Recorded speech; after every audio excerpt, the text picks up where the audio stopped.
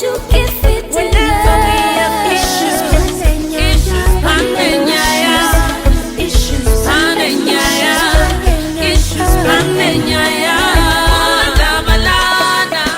Hello and welcome to Issues Panenyaya. Out of the Mouths of Men is the show. My name is Leander Candiero. This is a show where we give men a chance to express themselves, to tell us what they're feeling, what they're going through. Are men winning? Are men losing? Some of them say we're winning. Some of them admit that we are losing. What is the actual issue? And we'll find out all those issues in order to help men, but not just men, to help our families, to help our country, to help the world. We want to understand what men are going through. I'm privileged to have a former colleague, still in the media business, but I'm so happy that he's gone into ministry. Yeah. Let me introduce to you Pastor Mawooyo. Welcome, Pastor. Thank you, Like. So good to be here. So good to see you again after so many years. Absolutely. Yeah, absolutely. So we'll delve straight into it. I know you as a broadcaster, news anchor, producer, par excellence actually, who's always had a level head. And now, a few years ago, I'm on social media. I see that we're now speaking to Pastor Mawooyo. Yeah. Tell me what compelled you to get into ministry? All right. The story is a little bit longer than that. Sure. I didn't just get into ministry, but I was always in ministry. Like this is my 15th year as a pastor. But what happened is that I was doing media. Media is what I am qualified for as a profession. Sure. But as a vocation, I've been a pastor for 15 years, but I was under someone. So I was able to go to work and everything, but I was still pastoring even when I was working as a news presenter and everything like that. But what happened is I got released and they awarded me a ministry. Wow. And they said, this is for all the work that you've done. They gave me a branch to pastor, and eventually they just let it stand on its own. So I could do both. I was a senior pastor and I was broadcasting, but after a while, I couldn't do both. I just had to pull back from the other. And the ministry, the work of the ministry was increasing, so I had to slow down on the media side. Okay. Yeah. But take me back to where you were still doing both. Yeah. Some would say that these two worlds are actually north and south. All right. What would you say about that, and how were you balancing those two worlds? All right. I think something is as north and south as your heart is. It depends on where your heart is. Sure. If you want to operate at a corrupt level, at a very high corrupt level, it can be north and south. But anything can be infused with the gospel. Wow. I was a business news presenter, and I loved it. I loved, analyzing stocks, meeting the business people in the business world. I loved that, and it flowed. I was okay with that. So it went well. It went very well. Yeah. All right. Now, tell me more about your ministry. You gave a very good narration at the beginning that you were under somebody, and then they released you, and now they gave you your own platform to work with. Yeah. But we would like to know more about your ministry, from the name, where do you do it, how's it going, and everything else. Okay, I am the senior pastor of Overflow Church. Overflow Church is a ministry. That's the reason why we have so many different types of churches and everything, is everyone has got a different call. These are the end times. And the gospel, we make sure that is preached. God is making sure that it is preached at every corner. Of course, there are people inside the system who would be corrupt and everything, but we are Overflow Church. Our calling is to awaken people to the reality of God's kingdom. So it's a specific message on God's kingdom. And then we preach, we've got several pillars. We've got 5 pillars that we stand on. That is family, faith, finances, fulfillment, and fellowship. Those are the things that we stand on. We're in Harare, former Rainbow Theater. That is corner Robert Mugabe and Angwa Street. It used to be a movie house. That's where we are, Auditorium 5. And it's been so good.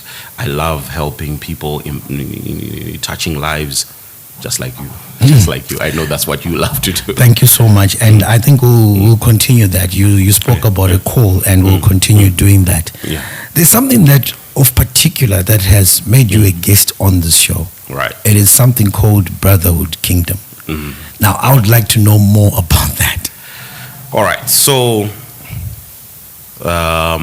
it's the Kingdom Brotherhood, but what it is it is us as men sitting down, solving the problems that bedevil men in this particular time.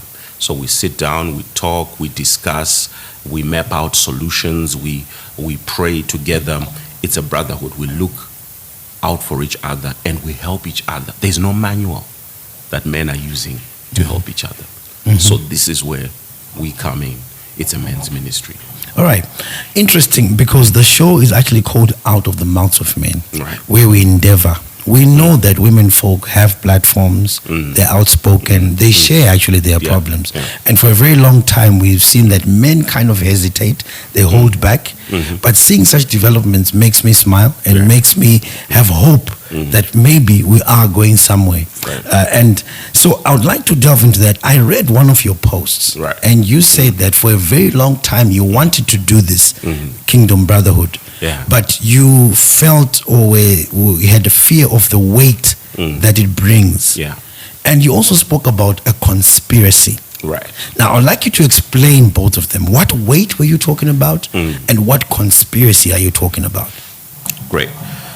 What I would like to say is men are carrying a lot. Men are carrying a lot. There's so much that I knew that opening up the floodgates would create a lot of problems. When you start talking to men, get ready for an avalanche of them expressing how they feel, but not just them. People stereotype someone who helps men because in our society, in our community, let me just say globally, helping men is frowned upon. They don't actually say it, but they feel like a man should not have any help. He should stand on his own. He should be a real man, as they say. But that's you want to take away the GPS and the map from a man, and you say, find your way. He may find his way, but he'll take unnecessary shortcuts, and he may be lost among the way. So this is where we come in, how necessary it is, and this is such a heavy ministry. Even after I started it, I'm still hesitating because if I were to really say what's on my heart, I've been observing this for a long time. I've been observing, even if you just look from 2010, when we were with our vuvuzelas celebrating the World Cup next door. This is 2014. This is 2024. This is 14 years later. The landscape for a man has totally changed. It's always changing. And at the risk of sounding like a conspiracy theorist, I'll even tell you something deeper. There is a conspiracy against men. There's a third hand trying to destroy men. And when we say things like that, people get worried. Yeah. They're like, oh, what do you mean? These are just, economic factors and everything. But I'll tell you, you can always sense the direction of the world from the voice of the media globally. You can tell where it's going. You can look at the movies, and they'll tell you that there's a message here. And masculinity, all masculinity is now toxic masculinity in new definitions. But all those things, we're here to sit down, we're here to help, we're here to delve into how we can map a solution for men. Yeah. So you also, because I'm still on your post. Yeah. You speak about big trouble, and I almost quoted verbatim there. Yeah. You say men are in big trouble. Yeah. What were you referring to? All right. There's something I want you to notice, Leander. The hardest problems to solve are problems that don't have immediate consequences.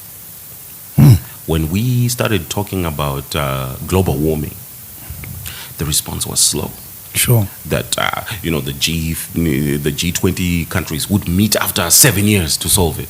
Now we are talking not just that was the ozone layer. This is global warming and all those things. there is no immediate action because people don't really see the Don't see the consequences. I hear you. But the discernment is being able to see consequences when nobody can see them. That's actually the same eye you use in business. You see opportunities when nobody can see them. You also see consequences when nobody can see them. And there is big, big trouble for the man. And the trouble that we are talking about are, number one, troubles in identity. Men struggle with identity. That's one of the pressures being put on a man. Men don't really know their role anymore. Everything's changing so fast. They don't know. And then what will happen in the next decades is we will be surrounded by men who don't know if they want to be men anymore. And some will even biologically alter themselves to become another gender. This is because an identity crisis has been created. What's a father? What's a husband? What's a son? What's a brother? Those are now fluid terms because they have constantly been redefined by society such that in years to come, people are going to be trying to trace where we went wrong. That is big, big trouble. So if somebody has a husband, a father, a brother, a son, they should be worried about the direction of men. When we talk about men's issues, I want to help women not to feel attacked. Because there's this thing that believes if we're helping men, we're doing it at the expense of women.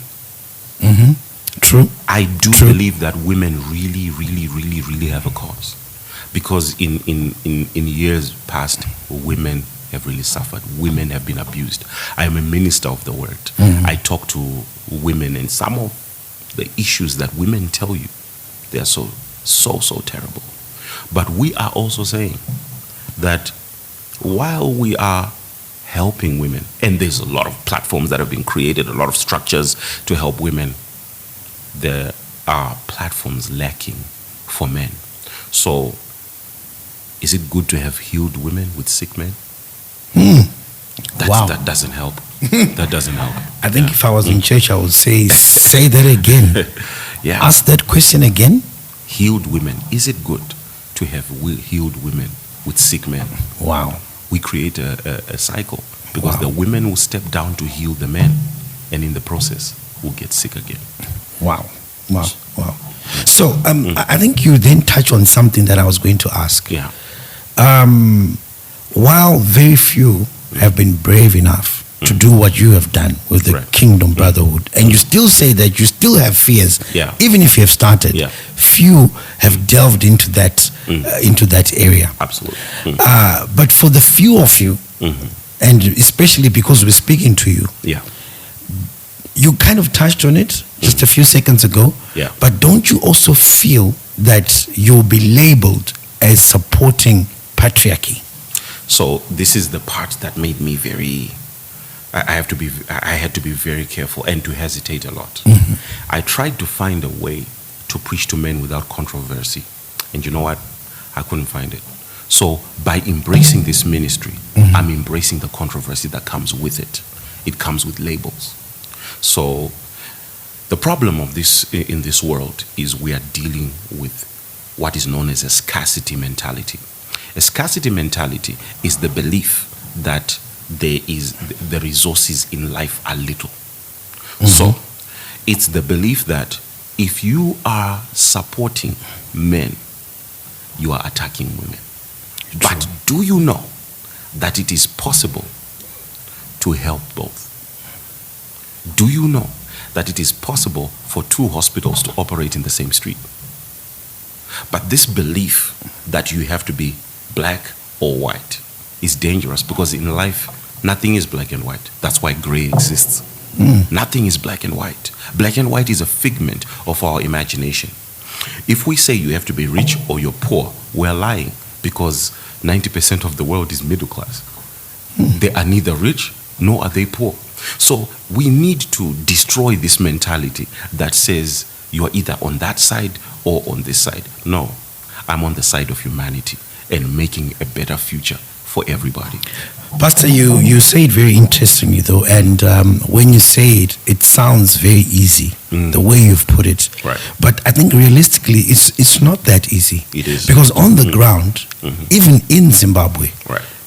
our brothers, you spoke about fathers, brothers, and sons, but let's speak about the brothers who are fathers, Right. or husbands. They are struggling with the new age woman, if I can call it that. Right. Or if I can call them that. What am I talking about? A woman who feels that I want an education and I want to go to the highest level. Right. And it's going to take a bit of a concentration on a husband and a family. Right. Something which did not exist a few years ago. Yes? It also touches on her being submissive. Right. Yes? Because the order that we are aware of is a woman should be submissive, a man should love their wife. Right. But now, here's a woman who says, I am empowered, I am educated, I also need to travel. Right. So I'm going to leave you with the kids. While I travel. We also see, even in the diaspora, we have a lot of couples who've gone to the diaspora. Right. We hear a lot of the men saying, things here are different. Right. Our elders, I'm talking about people who are older than us, Right. they cannot envisage that kind of setup. Right. Their own son having to change diapers, And having everything, to cook for the woman while she's sitting, she's resting. Right. And rightfully so, she's been working. Right. She's bringing the money on the table. Yeah. And this guy seems to have understood that setup. But back home, Doesn't make sense. Mbuya, Gogo, Sekuru, awasikuzinzwisisa. Even some of the guys here Right. who are used to the normal setup, which anosvika kumba, ndiye anobikirwa, ndiye anodzisirwa mvura. Right. Arikuti, mningini ari kunzoko, Pharmacy. zvinofamba sei. So, Right. while you are saying that it's possible to help men without taking from women, how practical is this? Right. My answer there is going to be very, very long, but I want to show you something. Sure. It's impossible to help men on a macro level, to help everybody at the same time. So what's going to change things are our little pockets of meetings. That's how the women started, right? Until finally they were able to create big stages Sure. and big platforms. Sure. So here's the promise of what we are doing. We are not changing destination overnight. We are changing direction overnight. That's totally different. Destination is where we are going. We can't get there overnight. But we are changing direction. To say today, this is where we're going, now we're going. You mentioned the new age woman. And I'll tell you what, I'm not even going to attack the new age woman. That's where life has led her. Why? It's because she was being developed while man was not being developed. So the thing is, the man needs to catch up to the development that the woman has had. And whatever the place he will end up being, it will be relevant to what the woman is. The challenge is not the woman is now more important, but the challenge is that one was developed and other was not. If we had developed, the man would have adapted already, or the woman would have adapted to the new level. So how we are going to fix it is we are going to develop the man. When the man is developed, he will find ways to make it all work. We are eating a plate of sadza today, right? Everybody's eating. And then somebody comes to the table and says, I don't have anything to eat. And he's look at all these things that you are eating, I don't even have. To give him a plate of sadza, he will feel like, I didn't work for this. He will feel like, I don't really own this. But to give him a seed, he will know he's behind, but he knows he's getting there. And when he gets there and harvests his crop and cooks his meal, he will sit on the table with pride. But he will get to choose what color plate he wants and everything. So we are not into the details of what a man should do. We just want to develop a man, and we trust the God in him to know what to do when they are on that level. That most of the problems we have today are from solutions that worked yesterday. So the woman today that we see is a solution to help the woman of yesterday. But the man was not being developed. This is the danger. Wow, Pastor, you put it so aptly there, and I still feel that this is something probably you've prayed about, something that you have worked on, something that you've researched on and studied, which is why you say it with calm. But I can promise you that whichever man is watching right now is not really looking at it and listening to this with a lot of calm. Worse still, any woman who's listening right now is thinking, no, I don't trust this, I don't trust this. But look, we have to have such conversations. Now, world over, including in Zimbabwe, like you rightfully said, there's been a lot of work for what we term in Zimbabwe the girl child, and they've been advocating for equality, they've been advocating for rights, they've been advocating for opportunities, and they've done a lot of work and they've done well.